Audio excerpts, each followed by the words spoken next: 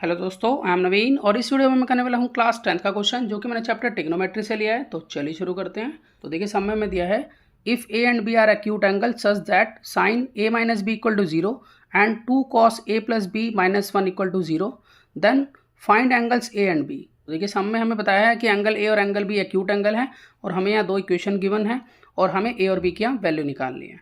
तो देखिए सबसे पहले मैं पहली इक्वेशन लिख लेता हूँ कि यहाँ पर मुझे मालूम है कि साइन ए माइनस बी ये 0 के इक्वल है। तो देखिए 0 जो है इसकी जगह पर मैं लिख सकता हूँ साइन 0 की वैल्यू जो है वो 0 होती है। तो मैं इसको रीराइट कर लेता हूँ कि साइन ए माइनस बी मैं यहाँ लिख सकता हूँ साइन 0।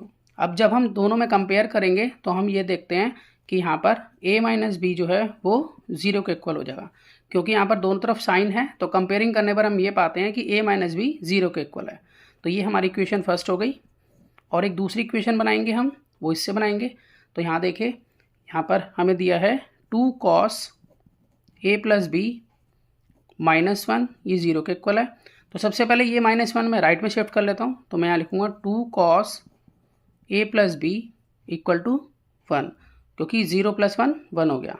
अब ये वाला जो 2 है इसको भी मैं राइट में शिफ्ट करूँगा। तो मैं लिखूँगा यहाँ पर cos A plus B equal to 1/2। देखिए यहाँ पर कॉस है तो हमें इधर भी कॉस के अकॉर्डिंग सोचना पड़ेगा। तो हम ये कह सकते हैं कि cos 60 जो है वो 1/2 होता है। तो मैं इस 1/2 की जगह cos 60 लिख सकता हूँ। इसको यहाँ पर रीराइट कर लेता हूँ कि cos a plus B equal to cos 60 degree. अब देखिए जब हम कंपेयरिंग करते हैं इसकी तो हम ये पाते हैं कि दोनों तरफ जो है cos है तो a प्लस बी 60 के इक्वल होगा। तो मैं यहाँ पर लिख लेता हूँ कि यहाँ पर a प्लस बी 60 डिग्री के इक्वल होगा। तो ये मेरी इक्वेशन सेकंड हो जाती है।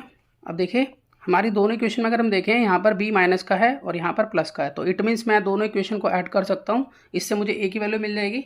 तो मैं यहाँ पर ऐड कर लेता हूँ कि add equation first and equation second. यहाँ पर हम लिखेंगे a minus B equal to 0 और a plus B equal to 60। अब यहाँ पर अगर हम देखें तो प्लस बी माइनस बी आपस में कैंसिल हो गया, तो यहाँ बस जाता है 2a, a plus a 2a और यहाँ पर है 60।